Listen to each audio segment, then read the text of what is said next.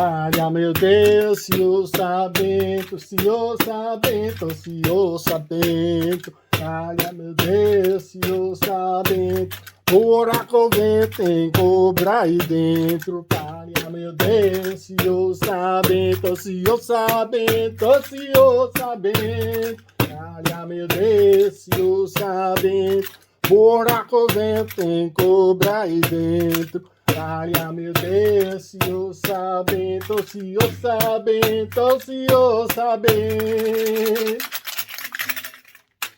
Give thanks and praise. Fabulous dissidents. Welcome back. So happy everybody cares to return.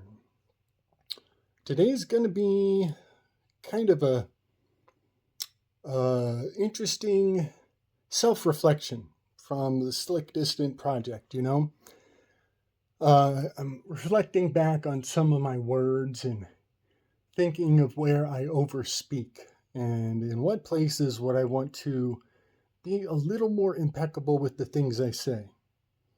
You know, one example, the first one that made me kind of check myself was talking smack about Andy Warhol and the diminishing of excellence and essentially opening the art industry for massive laundering agendas. And I just want to say something because it dawns on me that, you know, Warhol made that statement that everybody will get 15 minutes of fame. I actually need to look up the context of that quote for, you know, just to be a little more diligent. 15 minutes of fame, that everybody can now have 15 minutes of fame, and that in some fashion, by diminishing the standard of excellence, it makes fame, Phema, she who increases and proliferates information, gives everybody a little shot at the limelight. And I'm thinking, you know, it's kind of dickish to talk about Andy Warhol in such broad sweeping terms. And I just want to maybe contradict myself in the slightest way, because it's very likely that the Slick Dissident standard of excellence is just attainable enough for me to even have any minutes of fame, of increase and multiplication of my words. So often, you know, for the sake of conveying information, there's a lot that I just don't get to honor on the project here. So I wanted to mention that, you know, I want to say that I think I owe something to this 15 minutes of fame that Andy Warhol made possible for everybody, that pulled down the standards of excellence, that people come to watch my channel as opposed to CNN, NBC, all those Brazilian dollar industries that are come toppling down, y'all. The fourth wall has collapsed. The Smith Remodernization Act of 2012 is fulfilling the Mayan prophecy.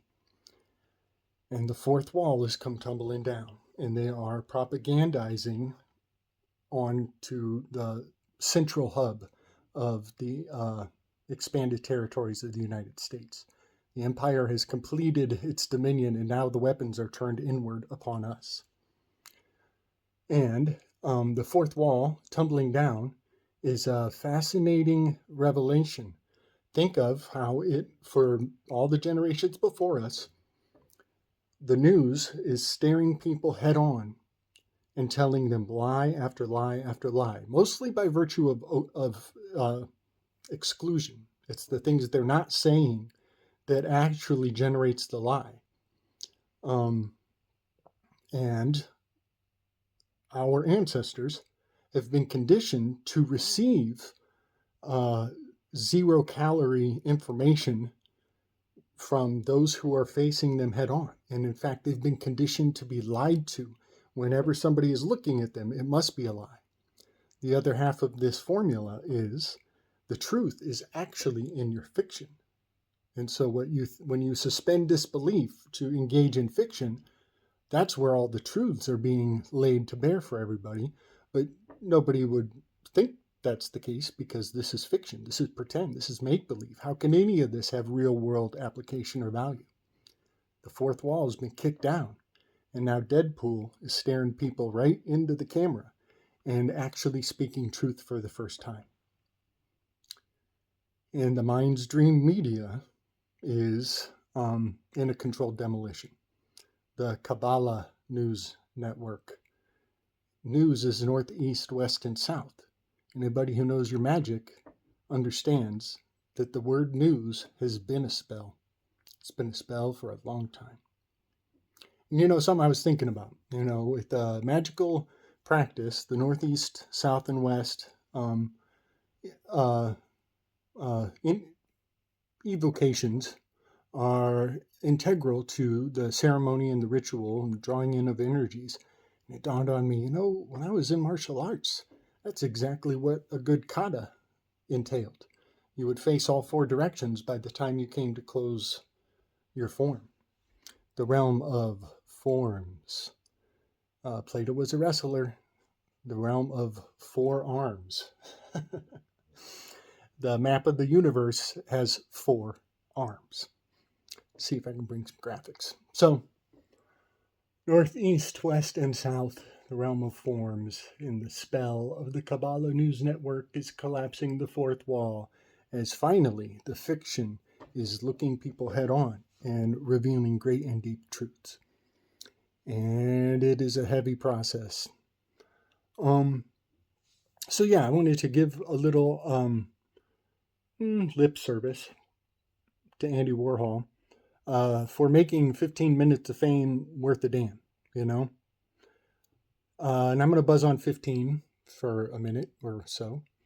15 million votes disappeared between the last election and this election. 15 million votes. Wow, 15. What's the big deal with 15? It's a real big deal, y'all. It's a real big deal. $15 million was the price mark for the Louisiana Purchase.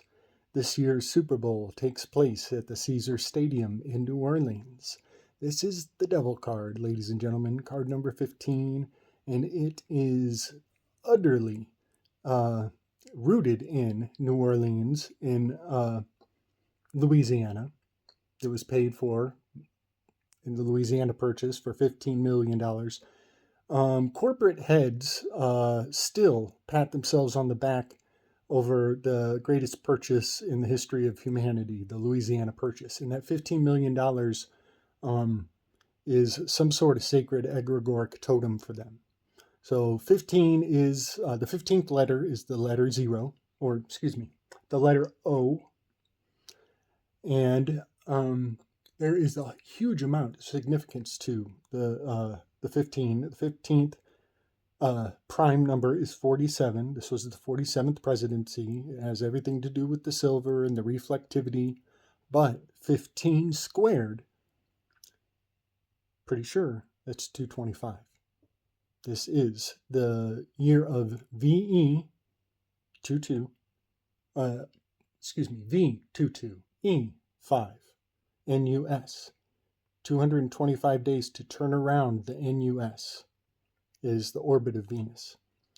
So yeah, the 15 million missing votes is a hail to this Venusian completion of a great amount of synchromistic potent layers of reinforcement. So yeah, the Super Bowl popping off at the Caesars Stadium right there in New Orleans. It's going to be pretty fascinating.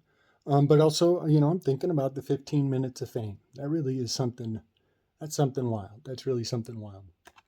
This card is in the position of Apollo and Artemis. And it does have, Apollo has a lot to do with pestilence. I see this as a mosquito's face. There's a lot of H.P. Lovecraft, who has the word Apollo-craft in his name. And also, strangely enough, Zuckerberg. This is the Zuckerborg. And Zuckerberg is a hail back to the Caesar Borgia family and the loyalists bending the knee to the Ignatius Loyola and um, the the idolizing of the Caesar Borgia's image that was grafted into the Christ narrative. So yeah, there's a lot of potency to this card right here, and it's going to get a real heavy hit on, what is it, February 9th is 3 days after Navaratri comes to a close, 2-9. Funny, 29 encodes copper. 29 is the number for copper. So yeah, I just wanted to kind of put some of these correspondences together. The word meaningful and useful are fascinatingly interwoven in the age of usury. Anything that is meaningful must have a functional application so that it can be harnessed and proven and tested. So yeah, that 15 just keeps buzzing in the zeitgeist. So I thought I would put a little. I thought I would swat that gadfly while I could. Also, Calliope, the Calliope comet is number 22, and she occults 15 stars on her path, much like Socrates was occulting the fear nature in the Symposium, and his muse is Calliope. So I thought I would just kind of put all of those threads together. And then another little aspect, something that this entire project brings forward for me is this formula of, hypocrisy is the tithing that vice pays to virtue. And when I'm on camera speaking at all, performing or bringing my slick dissident persona into its highest ideal form to present to people, that is intrinsically hypocrisy. But it turns out it's not only when you're in a performing condition. It's even in your mundane life. When I'm off the camera, I am still dealing with the same dynamics of the stage, in that hypocrisy is still the tithing that vice pays to virtue. And I'm kind of turning that over in light of my talking smack on Andy Warhol.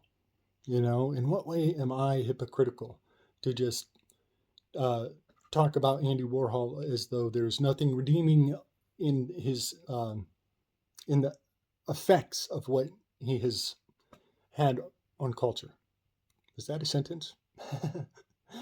Yeah, I'm sure there's plenty in Andy Warhol that I would have liked, and yeah, so to a large degree, I just want to check my own hypocrisy in as many ways as I can. I do a great amount of self-reflecting. I could easily be accused of an overthinker, but I think a lot of people who really know me would also contest that I am a very fruitful thinker. I definitely get use out of the meanings that I derive. So, hypocrisy is the tithing that vice pays to virtue. And also, I'm talking smack on Occam's razor. And I'm thinking, what about Occam? In what way am I seeing myself in Occam? In what way am I parsimonious? In what way am I exactly what I don't like to see when other people are like, yeah, but technically there's a little fine detail, I love nuance. I love nuance. So parsimony, I got a buzz for nuance, and I'm thinking about nuance and parsimony, There's a little fine line there. So I just want to check my own hypocrisy when I say things like that, because I myself might be accused of being overly reductive, of being overly of being overly reductive, of oversimplifying, much like Occam, because so much of my paradigm funnels to this oversimplification of the human experience. Like I was talking before, Socrates draws this homunculus on the wall, and then between the generalizations and the actual nitty-gritty details, there's a lot lost, a lot of missed impeccability. Um, so yeah, I'm just kind of checking myself, talking smack on parsimony, while I also really love nuance. So I'm keeping my own hypocrisy in check. I'm milling it over, and I'm just thinking, I mean, Occam and Darwin are my favorite whipping boys. I'll whoop them uh, because of the human propensity to lie. Humans can never be considered animals because we have the ability to lie. Darwin, sorry, sucker. Same thing with Occam. Oversimplification of anything is foolishness. It's utter foolishness because we have the ability to lie. And history is a lie agreed upon. And thereby, Occam is toast, and Darwin's right behind him. So the human ability to lie puts so many theories that people take for granted out the window. Yeah, Smith Modernization Act and the Fourth Wall, lies in your news and truth in your fiction. Um, Both Dugan and what's his name, Giorgiani. Giorgiani's got the fourth. Uh, what's his book? I'll bring up a graphic. It's like the fourth. I forget. Dugan's is the fourth political philosophy, and I forget Giorgiani's. But we're all of this fourth. The Fourth Reich, the fourth turning, the fourth wall. It's tumbling down, and all the lies are too much for a lot of people to handle. So I just want to check myself around hypocrisy. I got to be careful. I make a lot of broad claims and I don't back up a lot of things I say. So I wanted to also talk about, oh, right, Andy Warhol and the Weathermen. Back in the, I don't even know, 60s, 70s, 80s, there was a terrorist organization called the Weathermen. And they were actually very liberal oriented, and they were known for bombing places very tactically so that people would not get hurt. And in a strange way, they had this Robin Hood mentality that they never hurt anybody. And then one day, I think they were going to bomb a building, but the janitor was in there, and they called him, and they were like, "Get out of there! We're going to blow the place up." He said, "Nope." And so it kind of put a kink in the Weatherman's plan. But I just want to put this in line with the duck and cover that turned into COVID. Right now, the weathermen being terrorists and blowing things up, well, we got the climate bitch agony of the climate change. The word climate change is encoding Pandora, who had the spirit of a bitch in heat instilled unto her by Hermes. It was her final gift before she sent down to man. So, climate bitch agony of climate change is the Pandora's box.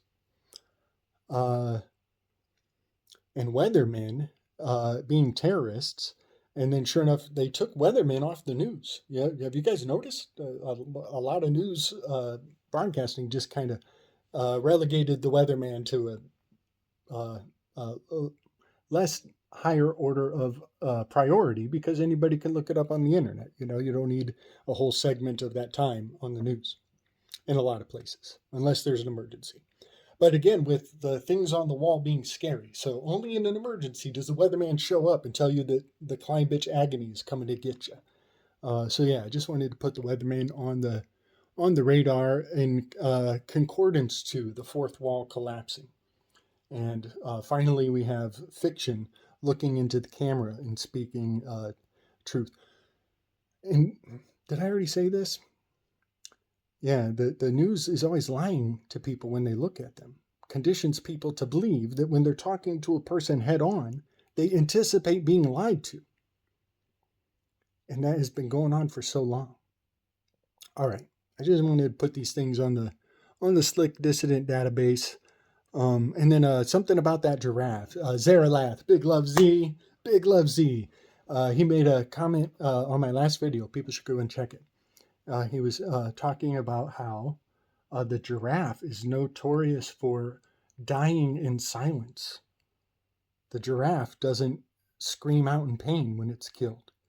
And that's very unique. It has a really long neck. So their entire apparatus for expressing anything is completely removed from their body. It's such a potent totem. And I said back to Zarelath, I was like, right.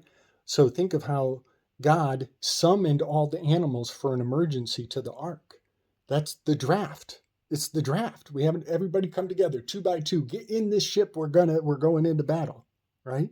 And also, the giraffe was always depicted with its head sticking out the window of the ark, and so it can feel on its face there's a draft. It can feel the draft. And one of my favorite things about Noah's Ark is, again, it circumvents Darwin utterly because humans are not obedient. We do not obey. We don't migrate. We don't migrate seasonally because of some deep God planted drive. We migrate whenever we want to because disobedience is the superhuman power. That's really our superhuman power is disobedience, willfulness. And so that's why we're not amongst the animals. And, it sounds conniving or dark or pessimistic to say that our superhero power is disobedience, or we have the ability to lie, to fabricate reality such that we leave nature utterly because there is no lie in nature. So it is our lies and our ability to lie that extract us from the dominion of Darwin utterly. And then think about the Overton window and sacrifices, y'all. And think about the animal testing. And the less that we can test on animals, the more we throw humans into hazard. Yeah, there is an Overton window around animal testing and inching us closer and closer to human sacrifice. If you concede that humans are just animals, worthy of the same treatment, for the sake of one funeral at a time. All right. Fig leaves and the Rorschach test. This was amazing. I understand that there are many different translations of the Bible. However, in the, was it Genesis 3:7? That's fascinating. 37 is a very magical number in the Enneagram. As when they, Adam and Eve have the scales removed from their eyes, and the first time they realize that they are naked. The word naked in reverse is deacon. A lot of deacons, 36 deacons around the zodiac. And I've always thought that the scales falling from their eyes and they're realizing that they were naked. If you're into the Squatterman cosmology, there's the theory that the plasma sheath was removed from Earth, and there was actually in human memory was the first time we could actually see the stars. So naked and deacons seem to be hailed in that verse in a really fun way, but also the fig leaves. They fabricated, that's a February right there, their fig leaves and made aprons. The apron is the Greek word for the infinite, essentially. But I'm looking at fig leaves and the shape of the fig leaves, and boom, I am looking at the Rorschach test. And so I'm going to bring up a little graphic. There's just something going on with free association of float your mind into the anything goes of the apron. And look at this random shape and just tell me what comes out of your apron when you look at this shape. And sure enough, the fig leaf seems to be kind of integral to a lot of the Rorschach shapes, but these are also very likely cross sections of the brain. A lot of these are segmented cross-section images of the internal anatomy of the human. And if they're not thinking about that when they make these free associations and do the Rorschach test, a lot of interesting stuff comes out about their internal landscape. But I want to buzz on one card in particular, the one that looks so much like a clown. There's one that looks like a clown. And the word clown, everybody's on this Nephilim clown thing, and I'm going to dispel that quick. The potency of that magic is rooted in putting makeup on the dead. Anybody who's been to a funeral and you look on the dead body of your loved one, it has been overly wrought with makeup so that they can look joyful or tranquil or healthy before they go into the afterlife. And if anything is off about that makeup, this is your last impression of the person. And so clown makeup is actually accentuating funerary rites to kind of an abusive degree to shock your apeiron, your associative infinite knowing, in a really potent way. But this apeiron card, I'm sorry, the clown card is the art card. And this is so wild. There's so much going on around this card. This is totally, Lady Frida Harris's card. Some of her Steinerian buddies love to call her Diana, and she is the artist who made the deck. So yeah, she put a lot of extra care and love into this card. But I'm looking at it as it relates to the Rorschach test and how much the particular image that's coming through here corresponds to the likeness of a clown. It even has a little bow tie. And what kind of gets me is in the first layer of presentational immediacy, this was Melpomene. This card number 14. She is the fifth muse. So this was here. This used to be the Temperance card in the Rider-Waite deck. And Temperance is the remedial virtue of number 5. However, when I needed to use the 1-4 to represent the number 5 in the prime stations of the Enneagram, it moves over to the Achiever, number 3, because number 5 is the third prime. And then I find the Scooby Gang, and this becomes the Mystery Machine. Mystery Machine is an anagram for Misty Mary Jane. Misty Mary Jane. So yeah, they were hotboxing in the Mystery Machine. But then I'm thinking, wait a second. Is the Mystery Machine a clown car? Is the Mystery Machine also a clown car? And there is a lot of Monroe Institute finders traveling around trafficking kids in vehicles. There's a lot of that in the mix too. But then in its position as Melpomene, the tragedian, her symbol is the frowny face. Clowns have a frowny face. Yeah, pretty potent correspondences. But also, I just want to talk about the word clown actually means grafting, the clone, the word clone. And it is in its Greek derivative. The word cloning has much to do with the twig. This is how you graft an apple tree. You actually snap a branch from a new tree and you graft it into another tree and you yield a new type of, a new genetic mixture. So yeah, a lot of grafting, and with the Nephilim, it's all very, very obvious on the face of it, I think.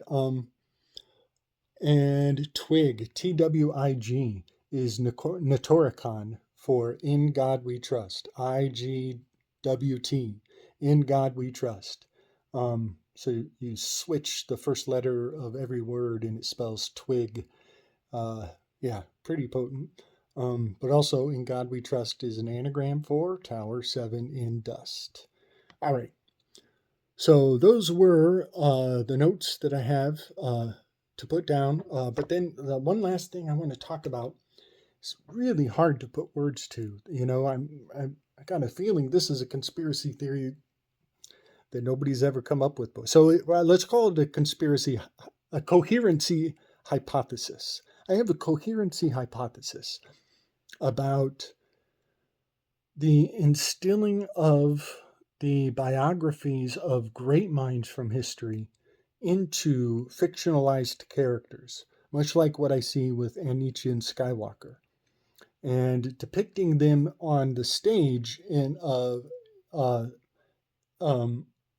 humiliating context, so that when you get a taste for the spirit of the historical persona, you've actually been biased against them from the jump before you even knew their work. So as a child, Anichian Skywalker was vilified to the max. And when we finally get his backstory, they give us this horrible actor who, one of his worst lines ever, the moment that everybody was like, this is the worst actor they could have picked, was when he's He's saving OBE Young Kenobi. OBE Young Kenobi. He's trying to save him from a structure that fell on top of him. And Palpatine's like, leave him. And Anakin says, his fate will be the same as ours. It's the worst line in the whole movie. It totally ruined everybody's opinion of the actor. But he's talking about amor fati. He's talking about amor fati. And the face smack of how distasteful the performance is, it really puts a foulness on old Friedrich Nietzsche for those who get around to it. So yeah, I think they do. They sully the body corpus of great minds to put a bias in your subconscious at a deep level. And I got another one. I got a new one that just came on the radar around Wittgenstein. Wittgenstein and the book, The Jew of Lent, is it's such a nasty book. I can't really recommend some of these things. I don't want to proliferate the ideas that are in these books. I don't want people to read them. But in the book, The Jew of Lent, they make this nasty, horrible claim that Wittgenstein and Hitler were childhood nemesis. They were the nemesis of one another.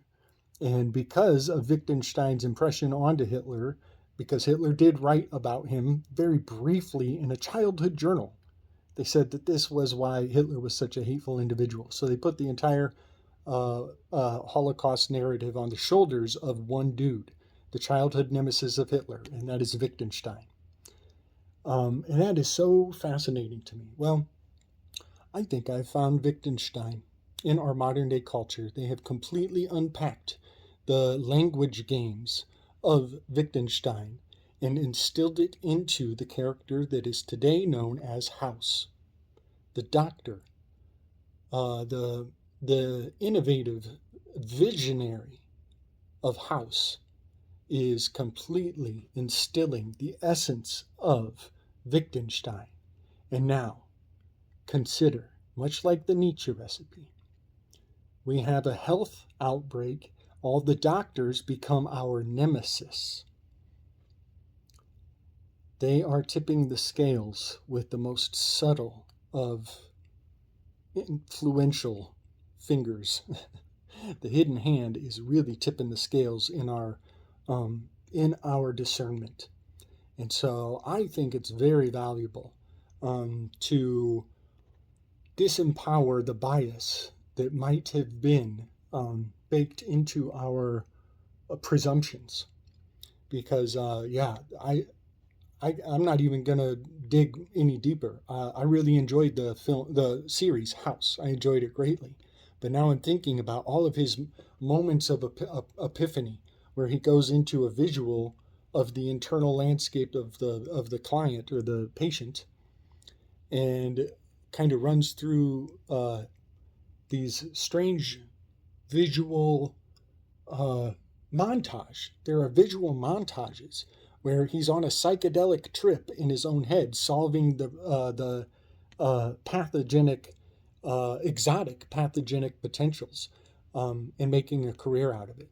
So I do believe that House is utterly steeped in the essence of Wittgenstein, and I don't see a serious House correspondence to our boy Joe Rogan necessarily, but I do see a thread through LSD. This is the lust card, and you could say that she is very lusty. And I wonder if Wittgenstein was harnessing LSD experimentally. I have no receipts on that, but I just see a thread of the LSD kind of hanging out in the background in this nemesis character. And Terence McKenna actually said he does not like LSD because it's too analytic. It's too confrontational. It's too analytic. And the fact that he used analytic just kind of splits my noodle, because analytic psychology, analytic philosophy is all Western, and it is truncated AF. And the continental philosophy is something vast and profound, especially depending on which side of the fence you come at it from. And so I just wanted to put that forward, because I really ponder what the ramifications of LSD analytic culture in philosophy and psychology. Um, if they've actually manufactured an entire worldview based out of the LSD movement. And if there's something of a hygienic practice to decolonializing your analytic psychology and really tapping into the continental potentials of thought. I don't know. But these are really heavy egregoric thought forms that seem to have a lot of room for progress in the way of things moving forward. So, Sing Crash. Sing Crash. I wonder what I was talking about there. I have no idea. I do know that, oh, snap. Doctor Strange had that car accident, right? Broke his hands. That resonates to somebody else's biography. But kind of like the same thing that they're, man, who was it that had the car crash? Was it Gurdjieff? I think it might have been Gurdjieff. And I think Gurdjieff had a car crash that is so proximal to Doctor Strange. But anyway, I just wanted to point out that, while everybody's going to, we're going to burn down Hollywood and we're going to act like it was all tomfoolery and immature things of children, but there are thought forms moving in the background that I don't think the most mature critics could even access. Trying to render these things of children as innocent. I think there is something really, really profoundly potent. I'm not going to say nefarious. There's something potent that's not being recognized. And the fact that Dr. Doom is going to be resurrected with Downey Jr., Cuddly Teddy Bear Jr., the Doctor Doom is the final chapter that they're drumming up. They're going to resurrect Downey Jr. into Doctor Doom. Anybody who knows of the story of Doctor Doom will realize that all of Marvel Comics was laying the playbook a long time ago, and they saw this coming. And so the accusation that these comic book thought forms and these heroes are the things of children, I think we should esteem our enemy more. To esteem your enemy more is to put a higher expectation on yourself. I think it's lazy to diminish your opponent. It's worse than lazy. All right. Guess what? I got a live stream tomorrow with my sister Moonfeather. We are gonna vibe over on her channel on some tarot cards, and I'm going to really lean into the fact that what I do here on this channel is not divination. This is not for the individual. This is not based in the subjective, and that I really strive for objective interpretation of the grand homunculus through the tarot card system, and in some way, I want to make a warning label of some sort that is, something along the lines of, don't try this stuff at home, kids. Don't try this stuff at home. Lady Frida Harris herself, she says, she has a quote, and she says, these were not meant for divination. These cards are not meant for divination. And it would take over 100 years for humanity to unpack the significance of these meditation tools. She was born in 1877. Star Wars came out in 1977. That's about 100 years, and I'd say we're unpacking it pretty soundly. All right. Big love and respect, everybody. Also, come check me out on the Occult Rejects. I just did a live stream with those guys. It'll be coming out any day now, and I'll put it in the my live tab. I forget what I titled my collection of works on other channels, but yeah, check over in my other tab, and you'll see the Occult Rejects. My episode with Emily Moyer's coming out. I'm going to be on with Moonfeather tomorrow, and eventually Juan's going to release the Tremunculus episode that we did, the tragedy and takeover. I'm looking forward to that. So I'll link that in my other channel tab any day now. All right, y'all. Big respect, much love, peace and prosperity.